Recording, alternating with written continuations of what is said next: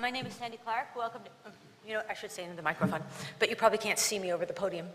I'm also known as Mouse. Welcome to ShmooCon. I'd like to tell you a little bit of a story.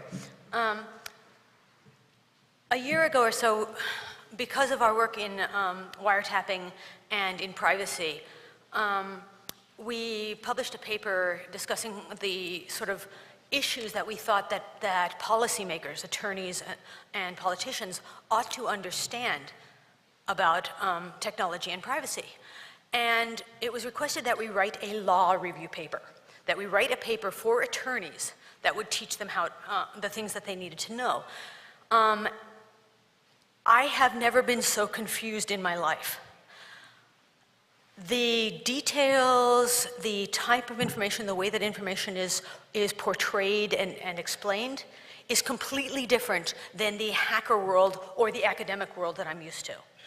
So it's absolutely essential if we are going to get people to understand the technological aspects that affect security, that affect privacy, that affect networking or systems or anything that we play with or touch, we are going to have to be the people that educate the policymakers. So I'm really thrilled to see you out here this morning, because this is stuff that we don't know how to do. It's absolutely a foreign country to us, and we need to understand more about it. And so that's why I'm thrilled that Shannon is here. Shannon is unique in our world because he's a programmer. He spent 30 years as a coder and then decided to become an attorney. And we today are really lucky to be able to benefit from his expertise. So let me introduce Shannon Brown.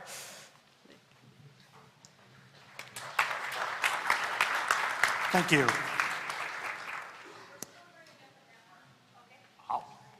Okay. Well, we'll tell jokes at this point, whatever we need to do. Thank you for the introduction, by the way. I'm hoping today, this is all pre-network stuff and things like that. I'm hoping today, I continue to be in these two different, very different worlds. I still code as Sandy said. I work with machine learning programs to help make attorney document review a lot more efficient. But my journey has been a challenging one. So before we go on the air and everything like that, I encourage you, don't be afraid to go back to school. From my experience, how the hell can you make this efficient? What is it? An 11-page technological or academic paper becomes a 150-page law review. Yeah. Welcome to the world of the law, and that's what we're going to go over today. And I'll also say this before the network comes up.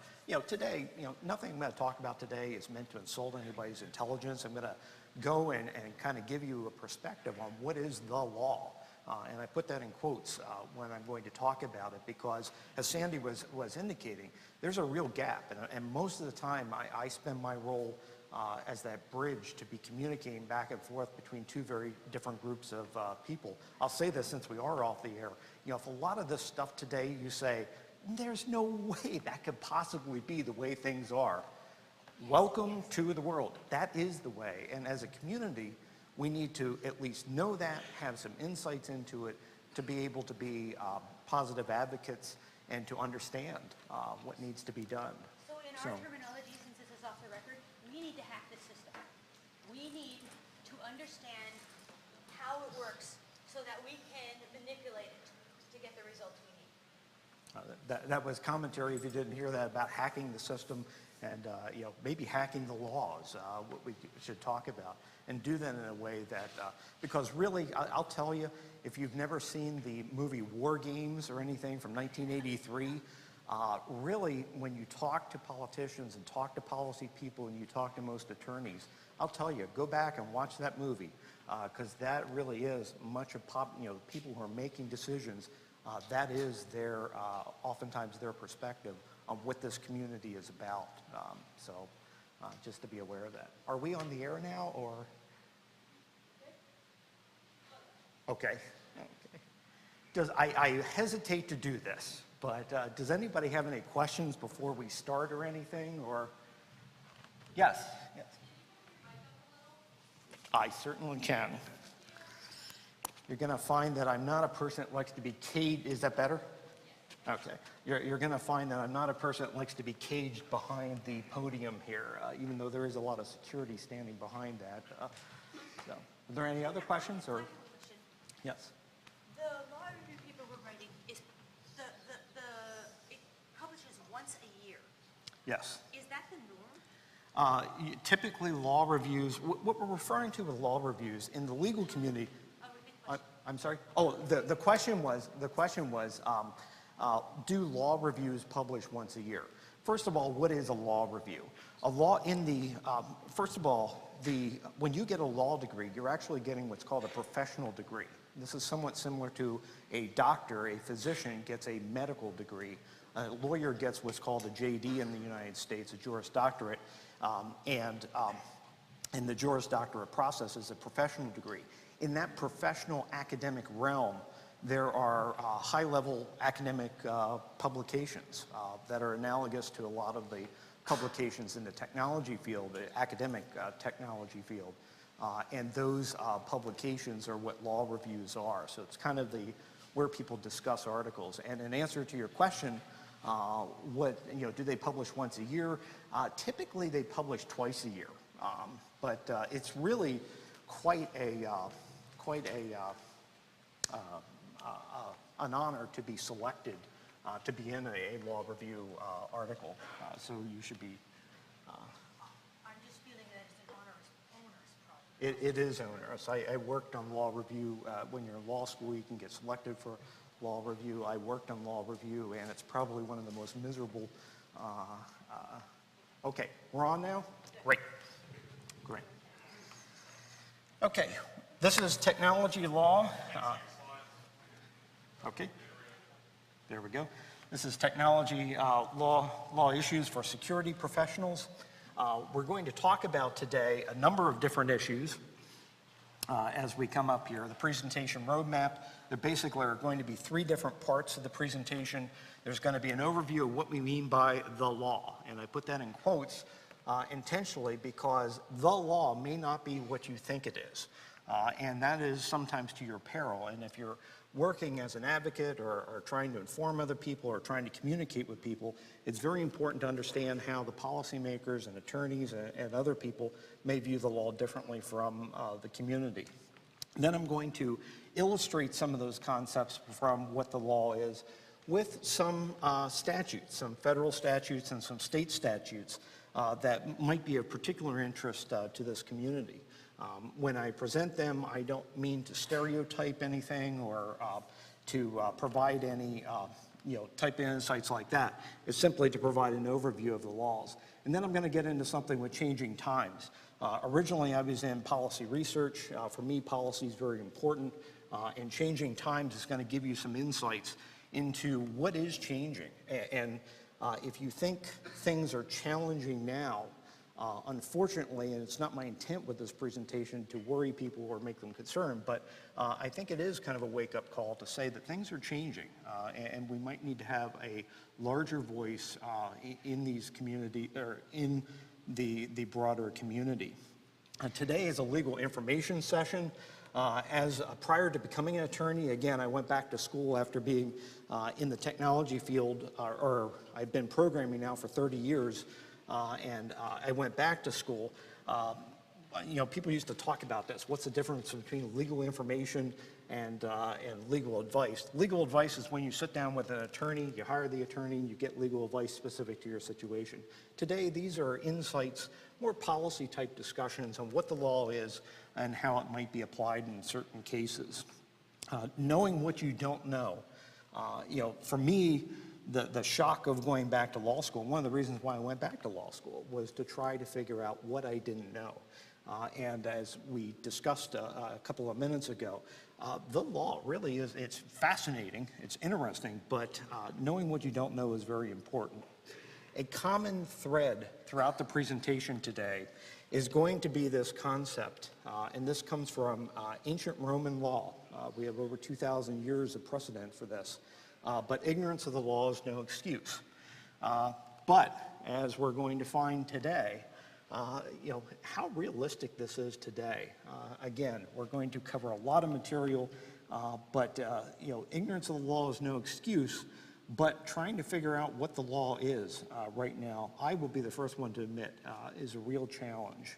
It's something that I think we have to work on and make sure that this community's voice is heard. You people probably know more about many of these issues than most of the people who are developing laws and things of that sort. The first session that we're going to talk about is, this concept, what is the law? And we're going to dive right into this. What do we mean by the law?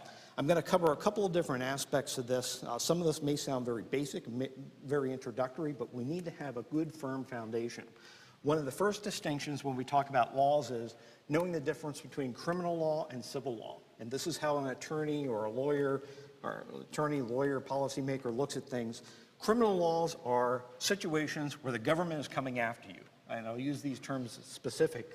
The government is prosecuting you for some type of infraction of the law or a law. And if you are held guilty, then the penalties that typically come with criminal, this is when you start spending time as a guest of maybe a federal penitentiary or a state penitentiary. There can also be fines, there can be probation, and this has serious consequences, particularly if you get convicted of a felony for people throughout the rest of your life, really. It's a major curtailment of civil liberties to be convicted of a felony. And the standard, when you're talking about being convicted and proven guilty, typically you need to be proven beyond a reasonable doubt. And that's actually a fairly high standard. In contrast, we have civil law. Civil law are lawsuits. These are where two people sue each other or one person sues another person. If you're held liable, then what typically comes out of that is you might be required to pay damages, or you might have something called an injunction issue against you. An injunction is essentially a command by the court to do something or to not do something. And I'm going to illustrate all this stuff in a couple of minutes here. This will start making sense why we need to have such precise definitions and need to understand these distinctions. The next slide is going to deal with, this is something that really has become a problem, I think, in the United States. And I did this slide very specifically, that we essentially have federal law and we have state law. You need to know when you're looking or you're trying to figure out what the law is, or you're talking to policymakers or to politicians or attorneys, you need to know if you're talking about federal law or state law.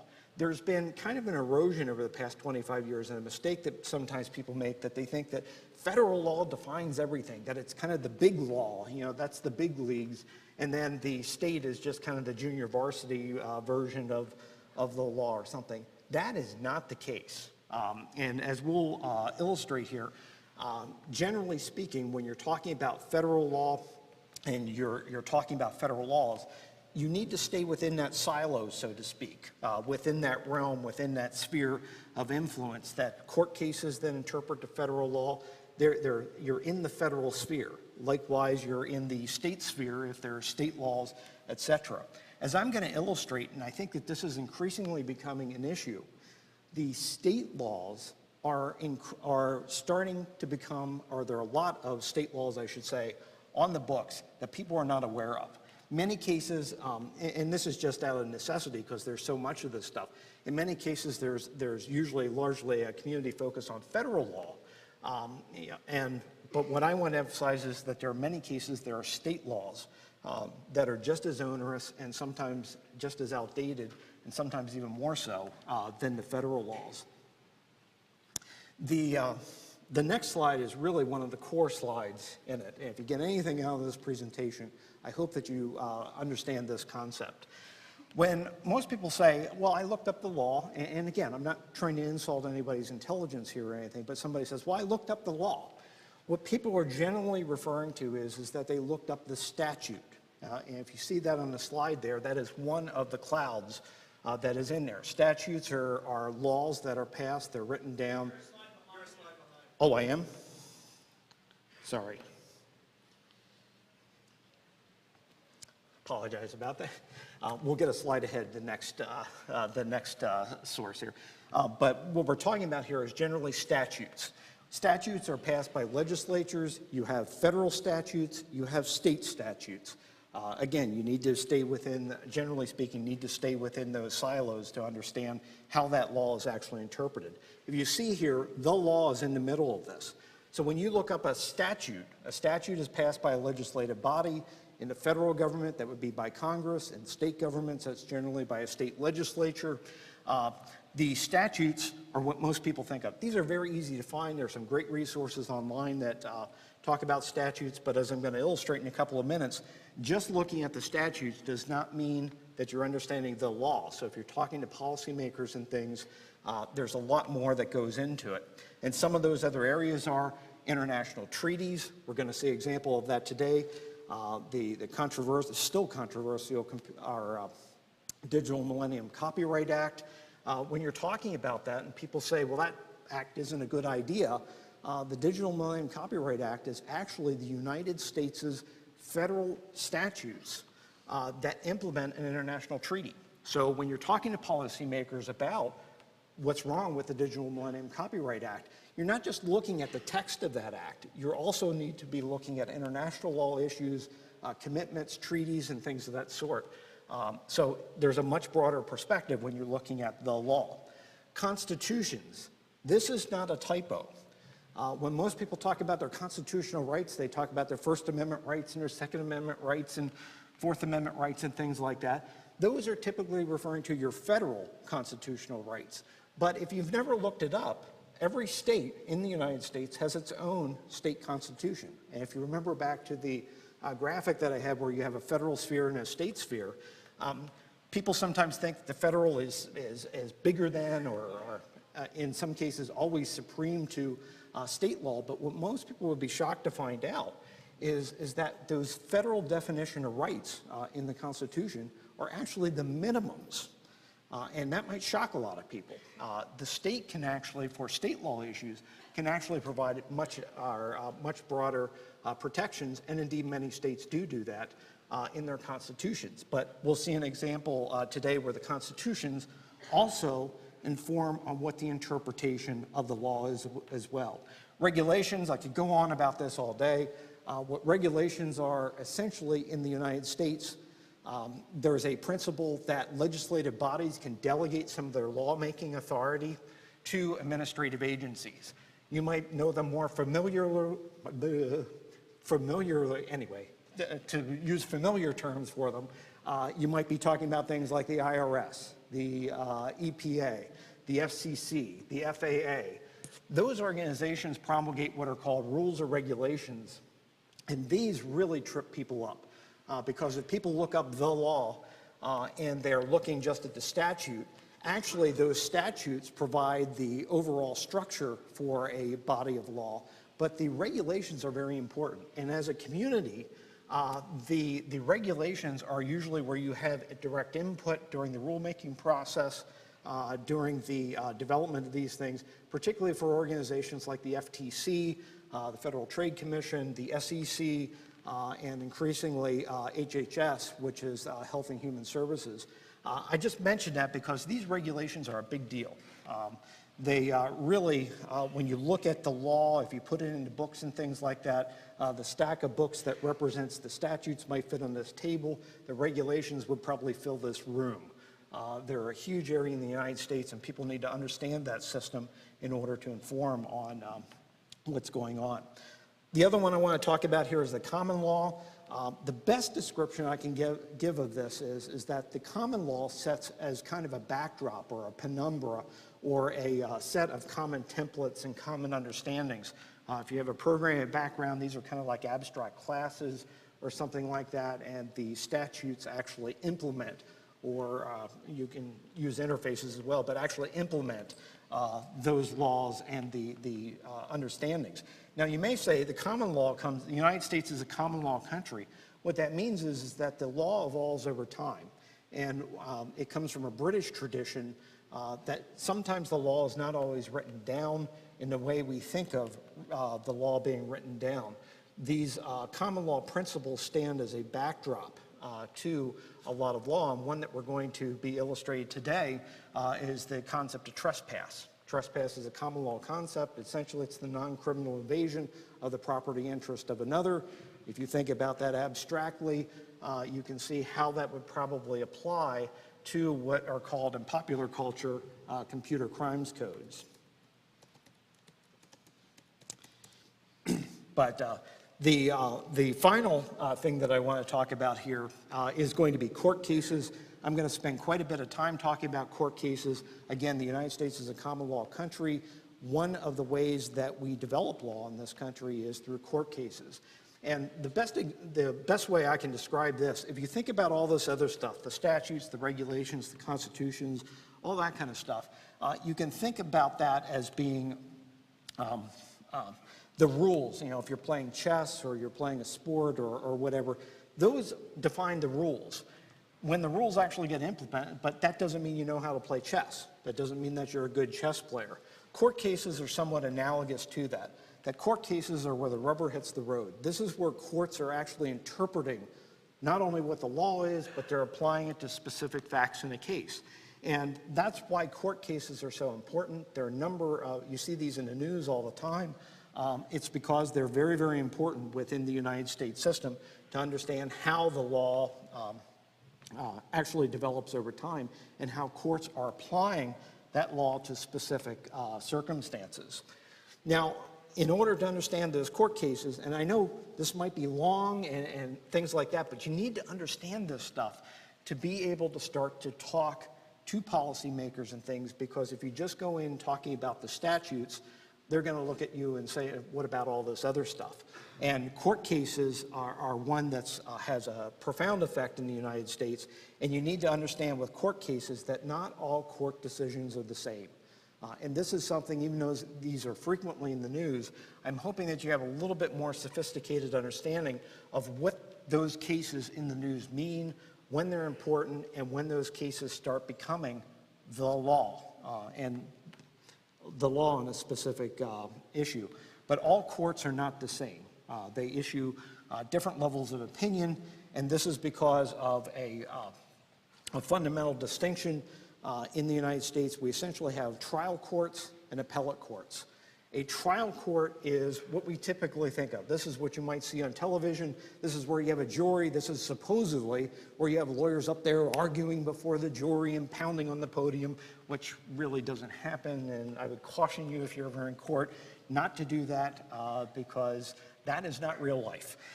But the trial court opinions are essentially binding the parties to that situation.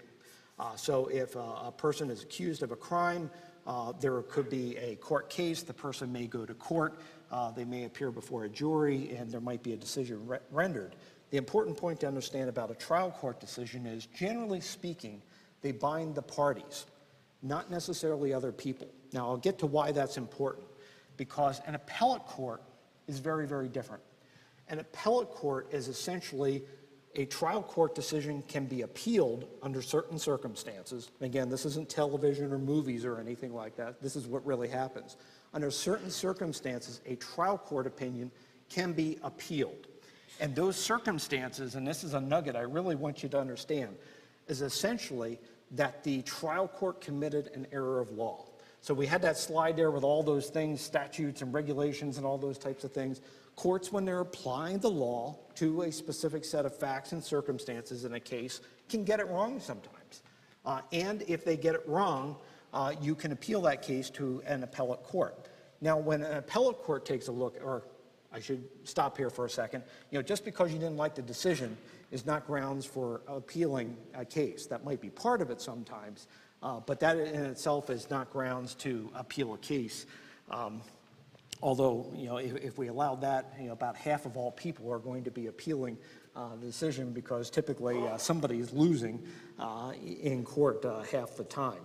But these appellate court decisions can bind the lower courts that are within the jurisdiction of the appellate court. So what happens is that a case starts out in trial court. There's some decision that's made that could be by a jury or by a judge. If the judge or the court made an error of law, there might be what's called an appeal to an appellate court. That appellate court then looks at that error of law. They don't rehear the case. You're not pounding podiums and having juries or anything like that in an appellate court. I went over to the U.S. Supreme Court. That's an example of an appellate court. You know, it's a very sedate type environment, and people are arguing what the law should be. So that graphic that I had before with regulations and statutes and constitutions and stuff like that, when you're in appellate court, you're essentially arguing what the law should be, how all those pieces should be fitting together. And I'm going to give an example of this because this comes up all the time. Again, we're in the federal courts realm here. In the federal courts, there are 94 district courts. They are federal trial courts. This is where, you know, if you're accused of a crime or there's a federal lawsuit filed for you, this is where you start out in the trial courts. Then, if you appeal the case, you go to there are 12, they're called circuit courts at the federal level, but these are the mid-level appellate courts. And I want you to see, hopefully it's up there, I want you to see the geographic distribution here, because this is absolutely essential when you're understanding what the law is, and it brings a lot of things together.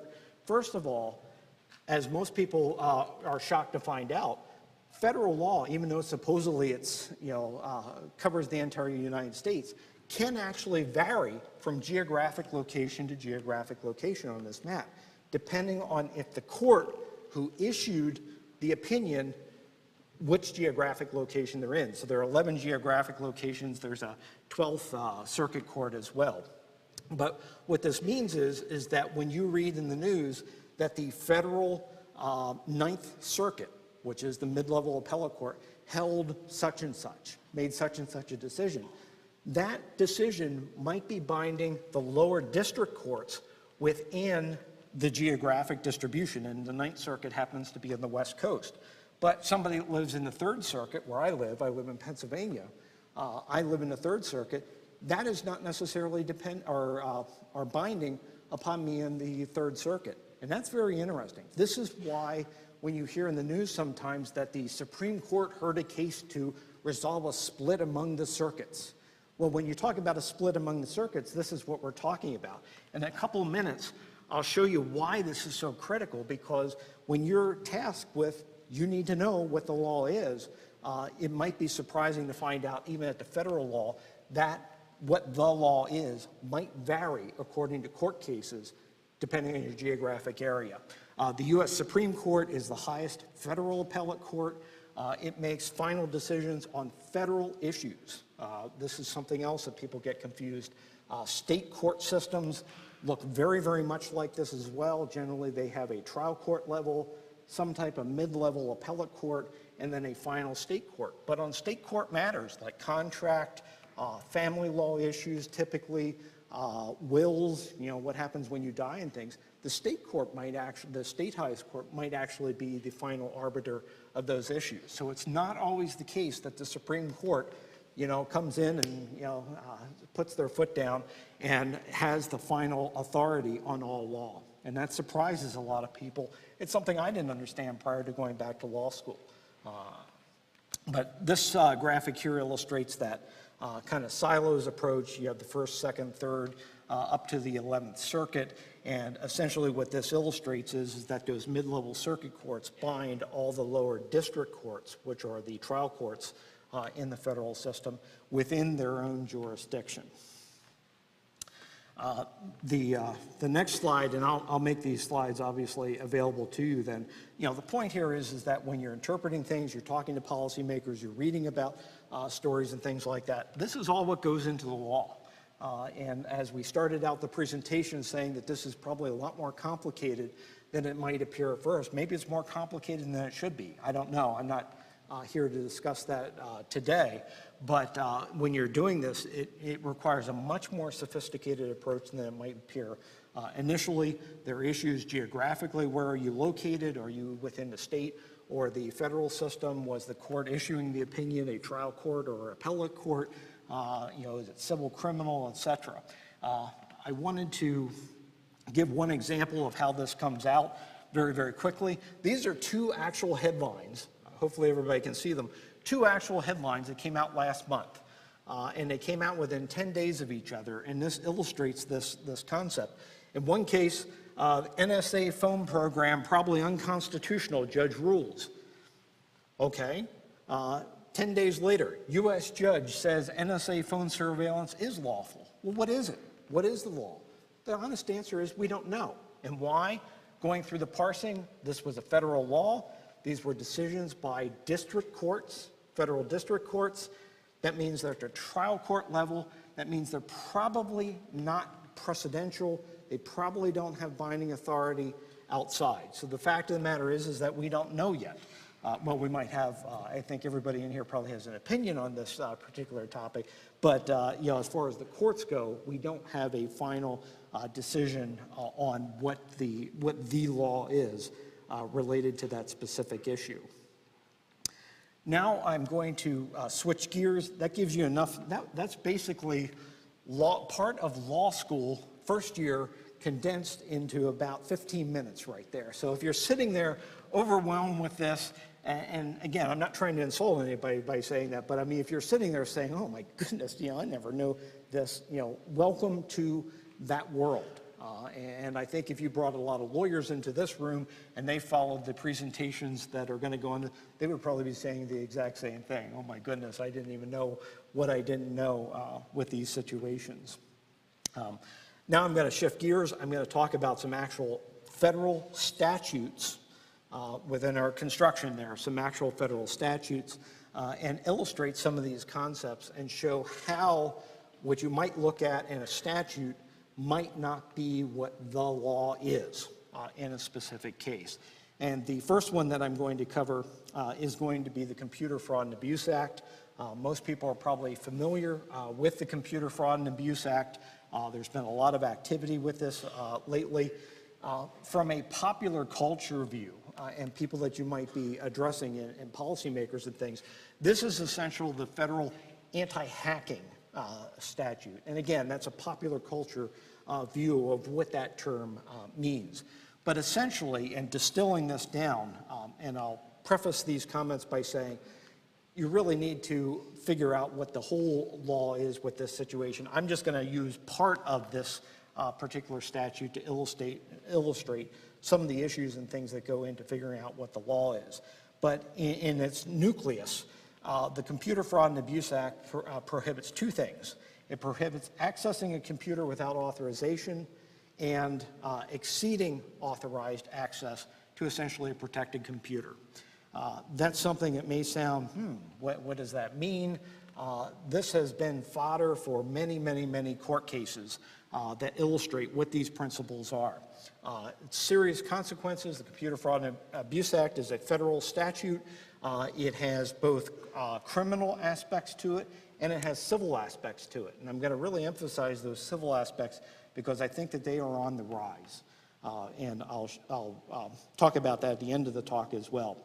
One thing I want to just mention here, if you go and you read the statute itself, it essentially prohibits unauthorized access and exceeding authorized access to protected computers. You might read the statute and say, boy, what's a protected computer? The statute defines a protected computer. It essentially says that it's a computer that's engaged in commerce.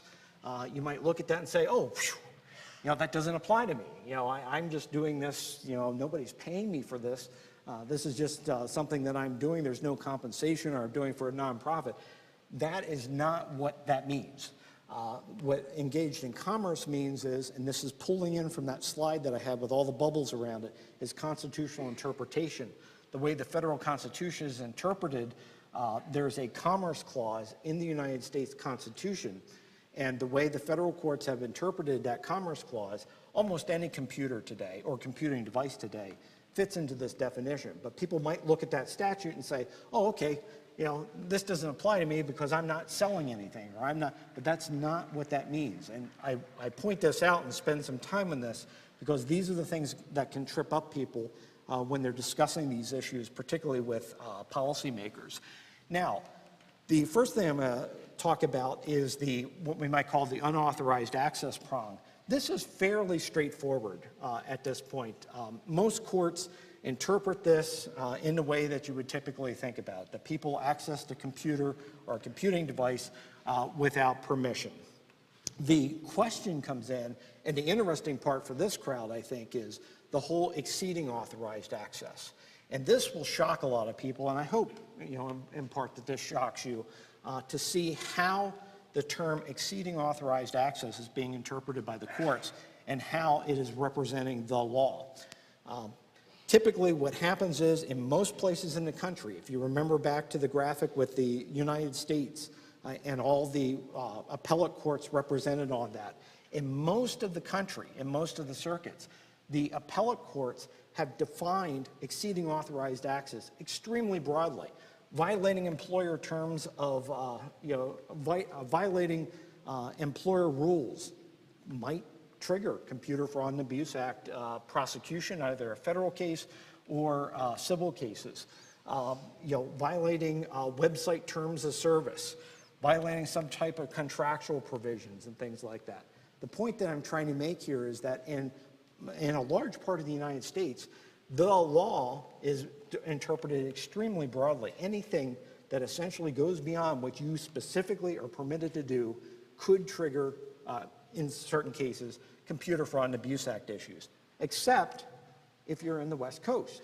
And in the West Coast, there was a famous case, the No-Sol case, where in the Ninth Circuit on the West Coast, the federal rule, the Ninth Circuit looked at this situation and took a step back from it and said, well, what was the Computer Fraud and Abuse Act originally enacted to do? It was again, this is popular culture view, the anti-hacking statute, and we're not going to apply this in cases where somebody just violates their employee manual or their employee rules and trigger criminal prosecution for people. But it's important to understand that there are different applications of this, and where you live in the United States, even though this is a federal statute, could differ in how the application of this law comes out in your specific circumstances. Now, one of the other things I want to emphasize here is that sometimes people think, oh, federal law, that's the big leagues. You really have to do something bad, to have the feds come after you. As these cases illustrate, that is not the case. There was a recent video poker machines. Apparently there was a firmware bug. The bug could be exploited with a couple of different button presses, which paid out a lot more money than the casino or the video poker machine maker wanted people to get. Ended up with a Computer Fraud and Abuse Act prosecution for just doing a couple of different button presses. Many of you, and I'm sure there are many of you in the room that might be much more familiar with the Arnheimer case. I just want to talk about this a little bit, but here you had a security flaw in the AT&T servers related to the iPads, attempts to notify about this security issue and things like that. This was a fairly complex case. It's on appeal right now because of supposedly an error of law issue. But the outcome of this was for doing that, and this is one of the reasons why this is such a controversial situation and why it should be followed. The outcome of that was 41 months in federal prison plus $73,000 in restitution. Again, when you're convicted of a felony, you're not going to probably have a high-profile job after you've served your time. So trying to pay back $73,000 in restitution is going to be a challenge. The U.S. versus Rosal case, this is another very recent case. This was a person, a 1-minute denial of service attack, ended up with 2 years probation, federal probation, and restitution. And all of you, I am sure, are aware of the Aaron Schwartz case. I'm not minimizing it by not talking about it, but the point here is that the threshold for the federal level, and this is a policy issue, that as you're discussing these types of things to inform policymakers and attorneys and things of that sort of this type of situation, to let people know, how this is affecting not only this community, but also affects the broader community as well, that if people can't reveal bugs or other types of problems that you discover while you're doing your security work, what the implications of that are for the broader community. The rise of civil lawsuits, this I want to talk about a little bit because I think that this is really an increasing area, and I think is going to be a hot area of law. The civil lawsuits really are cases where people are latching, or companies at this point are latching on to this broad definition of what it means to exceed authorized access, and they're applying it in ways that probably would not have been done even a couple of years ago. The 3TAPS case here with the Craigslist case, this is somebody, 3TAPS was accused by Craigslist of doing data scraping from the Craigslist website. It was in violation of the Craigslist terms of service, and this ended up with a civil lawsuit, and the outcome of this was an injunction to prevent 3TAPS from doing this type of thing. But there have been several cases of this sort where civil cases are increasingly becoming an issue and a venue. Now you may say, well, what does that have to do with us? What I'm trying to get across here is that we're seeing a change, and there's increasing sophistication. This civil lawsuit venue or application was not the case even a couple of years ago. So this is something that can run afoul if you do professionally a lot of computer security work. This might affect your contracts. It might affect work that you do in the future where you might get sued, not by the government's not coming after you, but by potential people that have been affected by, for example, a data breach or some type of issue where people think that they are being held liable for something that they really aren't. Just in the interest of time here, I'm going to skip the ECPA discussion because this is actually very, very similar to the Computer Fraud and Abuse Act. Let me just go forward here. And these slides will be online here as well. The Digital Millennium Copyright Act. The Digital Millennium Copyright Act, highly controversial. Essentially what the Digital Millennium Copyright Act is, it's a federal law that prohibits, in part, circumvention of technologies that protect copyrighted materials. The point that I want to make here with this, and from a policy issue, as we're seeing other cases come in, a lot of people look at or can look up the statute for the Computer Fraud or for the Digital Millennium Copyright Act. When they look up that act, they might say, oh wow, there are a whole bunch of exceptions in there. You can't circumvent that technology unless you're working in security research, or you're working in encryption, or you're working in interoperability. What I want to note here, however, is, and this is how to read statutes, there is actually an exception to the exceptions. If you go to law school, that'll become the norm for you, but there's an exception to the exception that you need to comply with the Computer Fraud and Abuse Act for the Digital Millennium Copyright Act exceptions to apply. So all that information that I was giving you about how authorized access and exceeding authorized access now may become an issue, and now you may start having contractual issues or violating terms of service or some type of protections to APIs or things of that sort might start becoming an issue for Digital Millennium Copyright Act. One other, I want to shift gears here and talk about state cases a little bit, and then hopefully have some time for some questions here. State law, and unfortunately this presentation is a perfect example that sometimes gets short shrift. People sometimes really don't understand that state law is as important as it is. And what you're going to find is everything that I talked about so far was actually federal law issues. But states can enact, and almost every state has, what they call a computer crimes code. Most people don't know that this is available, and as I'll cover at the end of the presentation, I'll say why it's important that you understand that it is available. But many of the state laws, if you read the state statutes, sound almost exactly like the federal statutes. In Pennsylvania, for example, if you read the Pennsylvania Computer Crimes Code, you're going to find it sounds eerily similar to the Computer Fraud and Abuse Act or the Electronic Communications Privacy Act. And here's the point, and here's why I did that illustration at the beginning, you need to know which realm you're actually in, because even though the language may sound the same, it is up to the state courts to interpret it for state court issues. And that's something that can trip people up, because you might have language that sounds very, very similar. You might say, well, I'm complying with the federal rules, but that might not be the rule for within your state, because the state courts themselves have authority to interpret their own state statutes, even though they may sound exactly the same. And it's just something to be aware of. I'm not going to go through a whole lot of the Pennsylvania issues, but I simply want to say that Pennsylvania has, and most of the states have this as well, have a very, very well-developed law in civil or in related to technology issues. What I want to get here is actually to the end of the presentation, and that is what's changing, because I think this is very, very important for policy issues. There are a couple things changing. We've gone through a whole bunch of stuff, some things about what is the law, some applications of the statutes, and things of that sort at both the federal and the state level. What's changing? Number one, most states now have what's called a Data Breach Reporting Act.